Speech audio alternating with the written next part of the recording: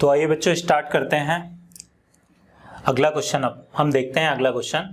If the radius of cylinder is increase by 20% and its height is decrease by 37 whole 1/2%, find the percentage change in its volume. Hindi में पढ़ते हैं इसी question को बच्चों। यदि बेलन की त्रिज्या को 20% बढ़ा दिया जाए और ऊंचाई को 37.5% घटा दिया जाए तो बेलन के आयतन में कितने प्रतिशत का परिवर्तन आएगा। तो इसका आंसर देते हैं। तो इसका आंसर वही दे सकते हैं जिन्होंने बेलन खाए, है ना। चलो हम भी देते हैं एक बार। देखो बच्चों, मैंने भी खाया भाई। देखिएगा 20%। तो सबसे पहले हम वॉल्यूम की बात कर लेते हैं। वॉल्यूम, तो बेलन का जो वॉल्यूम होता है या सिलेंडर का वॉल्यूम जो होता है वो होता है πr²h। क्लियर है। यहां पर पाई जो है वो कांस्टेंट वैल्यू है। पाई से ना तो हमारे आंसर बढ़ने पर फर्क है ना ही घटने पर। क्लियर है। तो जो भी वॉल्यूम बढ़ेगा घटेगा वो रेडियस और हाइट के माध्यम से घटेगा बढ़ेगा। क्लियर है। तो देखिए रेडियस का यहां पर हमको स्क्वायर चाहिए, रेडियस का स्क्वायर और हाइट की जरूरत है और इनके बीच में है मल्टीप्लाई। ठीक है। तो देखते हैं बच्चों, यहां पर कहा गया कि बेलन की त्रिज्या को 20% बढ़ा दिया जाए। ठीक है। तो 20% बढ़ा दिया जाए तो आपको पता है कि बढ़ाने का मतलब प्लस साइन के साथ में, इसका फ्रैक्शन फॉर्म होता है 1/5। क्लियर। और 37.5% कम कर दिया जाए, 37 होल 1/2%। क्लियर है। इसको बोलेंगे अपन 3/8। ठीक है।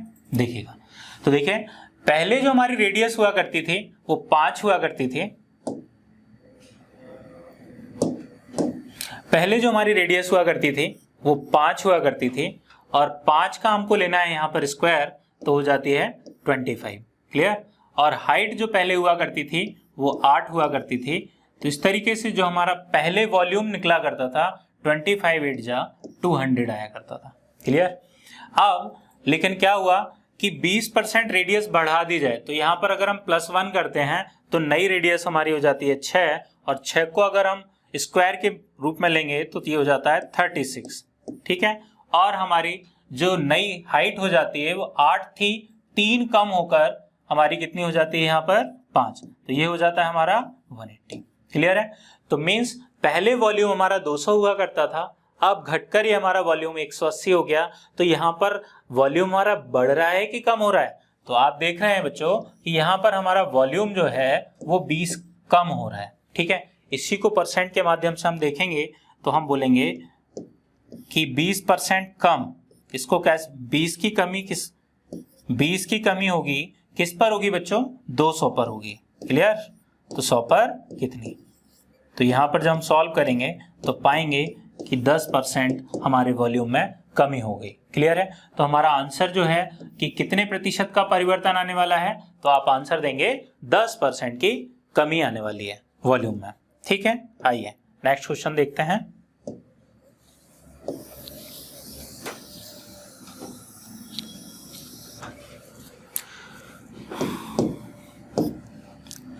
देखिए बच्चों, एक परीक्षार्थी परीक्षा में पास होने के लिए 336 अंक प्राप्त करना जरूरी है। एक छात्र को 35% अंक मिलते हैं और वह 42 अंकों से फेल हो जाता है। छात्र अधिकतम कितने अंक प्राप्त कर सकता है। तो मैं समझता हूं छात्र अधिकतम का मतलब टोटल के बराबर, जितने नंबर का पेपर है उसके बराबर अंक कितने प्राप्त कर सकता है, ये क्वेश्चन में पूछा गया है। तो आइए इस क्वेश्चन को करने से पहले थोड़ा सा हम कुछ समझने की कोशिश करते हैं। तो देखिए बच्चों, यहाँ पर 3 चीजों का खेल होता है। एक होता है आपका ऑब्टेन्ड मार्क्स, इसको बोलते हैं अपन प्राप्तांक। ठीक है। मीन्स एक छात्र जो है वो इतना ऑब्टेन्ड मार्क्स। दूसरी चीज होती है बच्चों फेल और तीसरी चीज होती है हमारी पासिंग मार्क। ठीक है। आप लोगों ने भी पेपर दिए होंगे तो ये तीनों से आप गुजरे हैं। कभी ऑब्टेन्ड मार्क, पासिंग मार्क लाने के लिए हम लोगों ने कितनी मेहनत की है वो हम ही जानते हैं। तो देखिएगा, मान के चलिए एक पेपर है जिसमें हमको 40 नंबर लाना जरूरी है। मीन्स 40 आ गए तो नैया पार लग गई। लेकिन क्या हुआ, हमने बहुत पढ़ाई की पेपर के पहले, एक रात पहले, और हमारे जो नंबर हैं वो 35 ही आ पाए। तो हम फेल कितने नंबर से हो गए? तो आप कहेंगे सर हम 5 नंबर से फेल हो गए, 5 और आ जाते तो कहानी कुछ और ही हो जाती। ठीक है, इस साल शादी पक्की हो ही जाती। ठीक है, तो देखते हैं बच्चों, तो ऑब्टेन्ड मार्क प्लस फेल जब हमने दोनों को जोड़ा तो हम पासिंग मार्क के पास पहुंच पाए। क्लियर है ना? तो ऑब्टेन्ड मार्क्स प्लस फेल बराबर किसके? Passing mark. ये एक हमारा एक फॉर्मूला यहां से हम तैयार कर रहे हैं। अगर हम पासिंग मार्क में से अगर हम फेल घटा देंगे तो हम ऑब्टेन्ड मार्क्स के पास पहुंच जाएंगे, और पासिंग मार्क में से ऑब्टेन्ड मार्क्स घटाएंगे तो हम फेल के पास पहुंच जाएंगे। तो ये 3 चीजों पर ही हमारा पास फेल इस टाइप के क्वेश्चन घूमते हैं। तो यही हमारा एक कॉन्सेप्ट है। आइए हम क्वेश्चन को देखते हैं। देखो बच्चों, एक परीक्षार्थी परीक्षा में पास होने के लिए 336 अंक प्राप्त करना जरूरी उसे। मींस ये क्या दिया गया है आपको? पासिंग मार्क कितना? 336। 336 अंक आ जाते हैं तो वो पास हो जाता है। एक छात्र को 35% अंक प्राप्त होते हैं। ठीक है, मींस ये आपका ऑब्टेन्ड मार्क्स है, और वह 42 अंकों से क्या हो जाता है? हमारा फेल हो जाता है। क्लियर है ना? कितने अंकों से?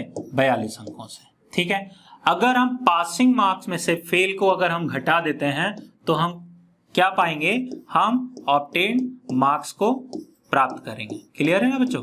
देखिएगा, तो 6 में से 2 गया तो 4, 13 में से 4 गया तो 9, और ये हमारा 2। तो ऑब्टेन्ड मार्क्स कितना रहा हमारा? 294, जो हमारा यहाँ पर कितना दिया गया है? 35% के। ठीक है, तो हम ऐसे बोलेंगे कि 35% मार्क्स इज इक्वल टू कितने नंबरों के? 294। ठीक है, तो 1% की वैल्यू किसको शो करने वाली है? 294 अपॉन 35। क्लियर? तो यहां पर सॉल्व कर लेते हैं। 7 5 जा, 7 4 जा और 7 2 जा। क्लियर? तो छात्र अधिकतम कितने अंक प्राप्त कर सकता है? तो छात्र अधिकतम कोई भी पेपर हो 100% नंबर ला सकता है, तो हम इसको 100% पर निकालने की कोशिश करते हैं। 100%। ठीक है, तो देखिएगा, तो 42 अपॉन 5 और इंटू में 100। ठीक है, सॉल्व किया तो हमने पाया कि छात्र जो है अधिकतम 840 अंक प्राप्त कर सकता है। मींस छात्र टोटल इतने नंबर के पेपर को दे रहा है। ठीक है, चलिए समझ में आइए, देखते हैं नेक्स्ट क्वेश्चन।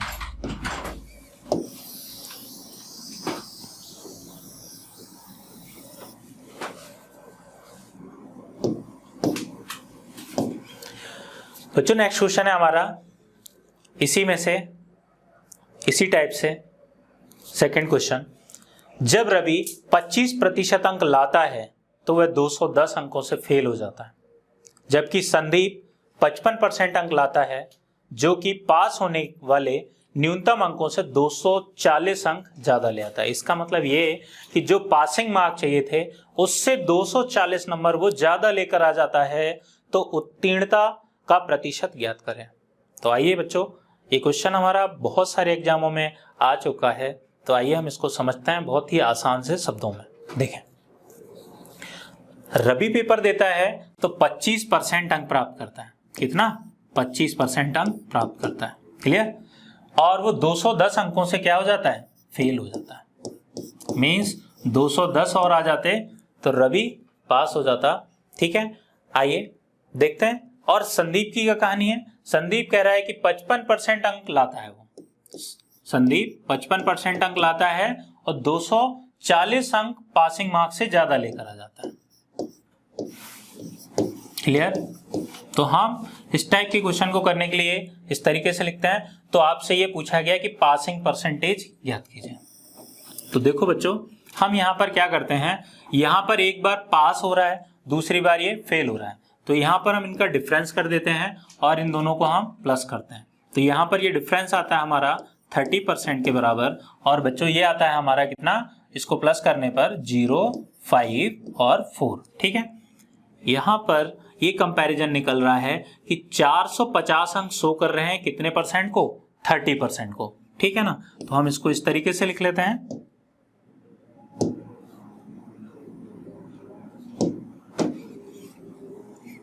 कि 450 नंबर्स बराबर कितने परसेंट के? 30% के। तो एक नंबर बराबर कितना परसेंट वैल्यू के? तो 30/450। सॉल्व किया तो बच्चों कितना आ जाएगा? तो हमारा आने वाला है 1/15। क्लियर? आपसे कहा गया है कि पासिंग परसेंटेज बताइए। ठीक है, तो बच्चों हम कोई भी डेटा ले लेते हैं। हम लेते हैं यहाँ पर ये फेल वाला डेटा कि 210 अंकों से फेल हो जाता है। तो एक नंबर शो करता है 1/15 को, तो 210 नंबर शो करेंगे कितने को? तो 1/15 और इंटू में 210। 15 1 जा 15 होता है, 15 4 जा। ठीक है, हमने ये परसेंट में निकाला तो हमने पाया कि 14%। ठीक है ना? तो 210 अंक शो करते हैं 14% को। तो देखो बच्चों, 25% छात्र जो है ना रवि 25% नंबर लेकर आ गया था और 210 अंक से फेल हो गया था। अगर 210 अंक को अगर हम परसेंट में बात करें तो वो आपने अभी हाल निकाला कितना होता है? 14%। तो हम एक काम कर देते हैं, हम ऐसे बोलते हैं कि रवि ने तो 25% अंक लेकर आया ही था और 14% अंक और आ जाते तो रवि का पासिंग मार्क जो होता वो कितना परसेंट होता? 39%। तो आपका आंसर कौन सा होने वाला है? डी वाला आपका आंसर होने वाला है। समझ में आया बच्चों? देखते हैं नेक्स्ट क्वेश्चन की ओर।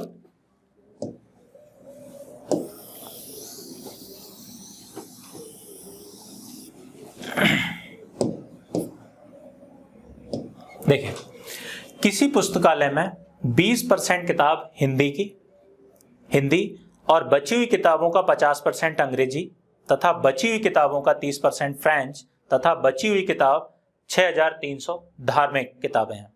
पुस्तकालय में किताबों की संख्या ज्ञात कीजिए।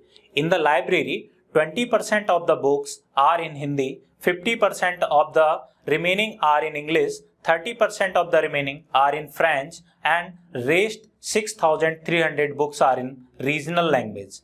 Find the number of books in library. ठीक है, तो बच्चों इसको हम बहुत आसान तरीके से इस क्वेश्चन को कर सकते हैं, तो समझने की कोशिश कीजिएगा। ठीक है,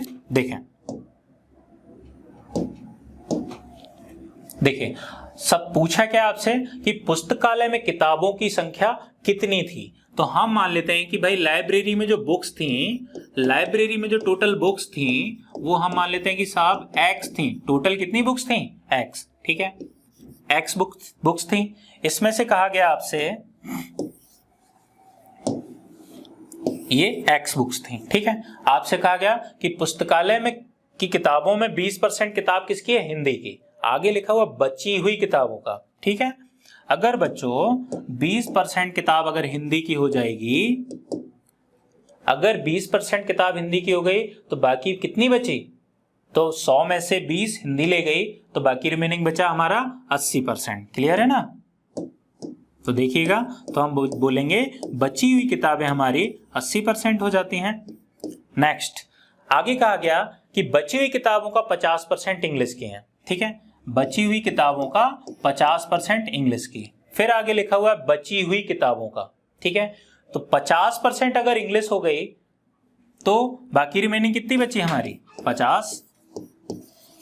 ठीक है, नेक्स्ट आगे कहा गया कि बची हुई किताबों का 30% फ्रेंच तथा बची हुई, तो 30% फ्रेंच तो 70 हमारी रिमेनिंग बच जाती हैं। ठीक है, और कहा गया फिर बची हुई किताबें, तो मतलब इस तरीके से बचाते बचाते जो फाइनल हमारी बुक्स बची हुई हैं वो 6300 बची हुई हैं। तो आपसे पूछा ये गया है कि लाइब्रेरी में बुक्स की संख्या कितनी है। तो आइए बच्चों सॉल्व करते हैं इस क्वेश्चन को। तो यहाँ से सॉल्व किया हमने 7 9 जा, ठीक है, 5 2 जा और 4 2 जा 8, 4 5 जा 20। क्लियर है ना? और इस तरीके से और सॉल्व करते हैं तो ये 5 जा, ये 5 × 5 25 × 9 कितना हो जाता है बच्चों? 22500। क्लियर है ना? तो वहां पर लाइब्रेरी में जो बुक्स की संख्या थी वो थी हमारी 22500। ठीक है, देखते हैं आगे नेक्स्ट क्वेश्चन को।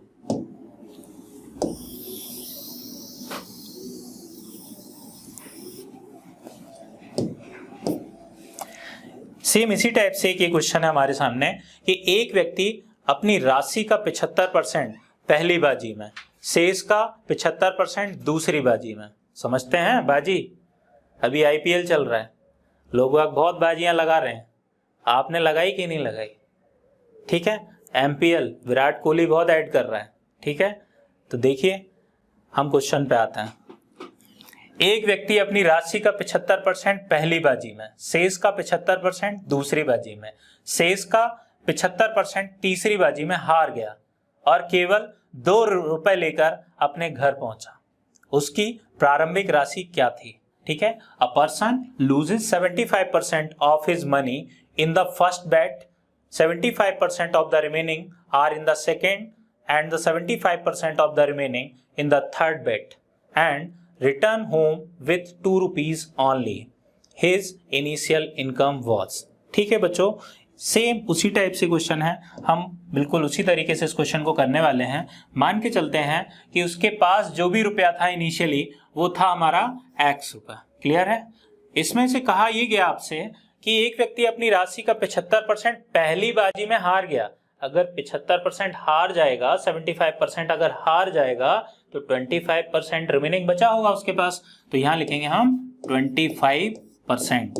क्लियर है? नेक्स्ट, रिमेनिंग पार्ट का 75% दूसरी बाजी में हार गया। अगर 75% हार गया तो फिर उसके पास बची हुई राशि का 25%। क्लियर है? नेक्स्ट, आगे कहा गया तीसरी बाजी में वो फिर 75% फिर हार गया, तो मींस बची हुई राशि में से जब 75 हार गया तो रिमेनिंग कितना बचा उसके पास? 25%। और फाइनली अपने घर पर 2 रुपए लेकर गया। ठीक है, तो देखते हैं बच्चों, सॉल्व करते हैं। तो यहाँ पर 25 4 जा, 25 4 जा और 25 4 जा, इसको सॉल्व किया 4 इंटू 4 इंटू 4 64 और इंटू 2, तो आपका आता है यहाँ पर कितना? 128। ठीक है, तो इस तरीके से हमारा आंसर आ जाता है यहाँ पर कि उसके पास इनिशियली 128 रुपीज उसके जेब में थे। ठीक है, देखते हैं बच्चों इसके आगे नेक्स्ट क्वेश्चन।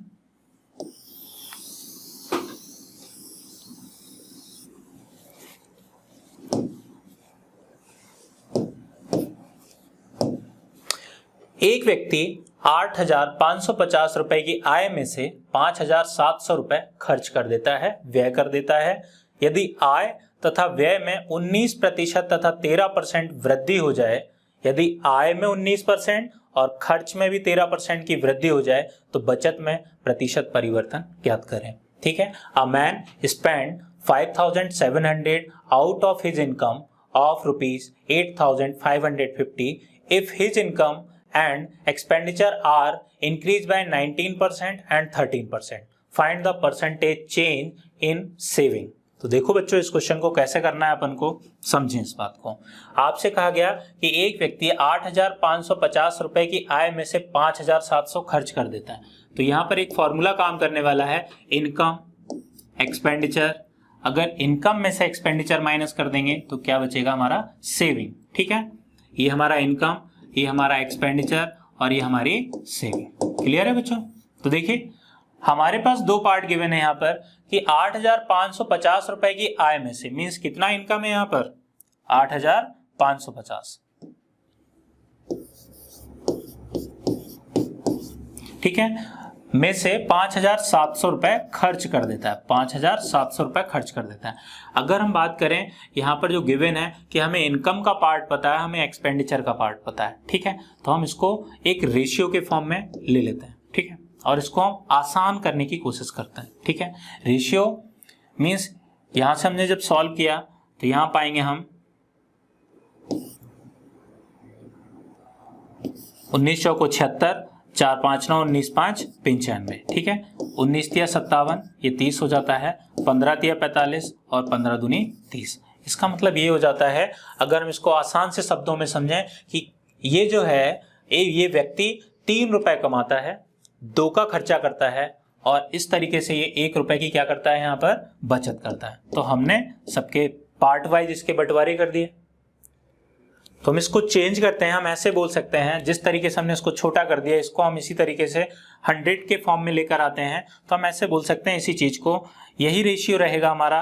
हम ऐसे बोलते हैं कि 300 रुपए ये कमाता है, 200 रुपए का ये खर्चा करता है और 100 रुपए ये बचाता है। क्लियर।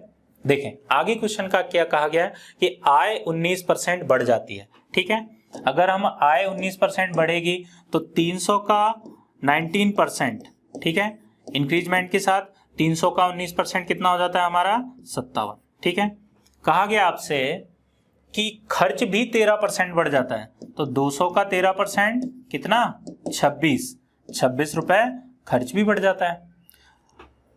नई आय 57 रुपए घर आई, जिसमें से खर्चा 26 हो गया, तो हमारी बचत कितनी हुई, तो 57 माइनस 26, तो कितना हो जाता है बच्चों 31। क्लियर है ना।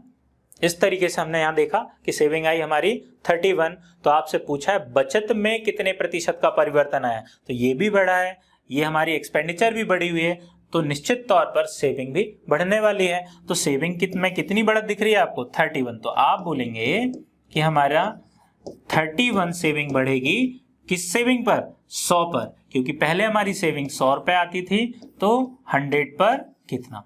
सॉल्व किया बच्चों तो हमने पाया कि यहाँ पर जो सेविंग है हमारी वो कितनी हो जाती है 31% आती है। ठीक है ना, समझ में आया। चलिए देखते हैं नेक्स्ट क्वेश्चन को।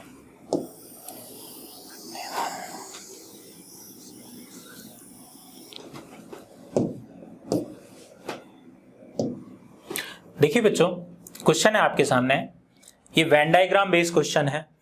In examination, 65% of the student pass in mathematics, 48% pass in physics, 30% pass in both subject.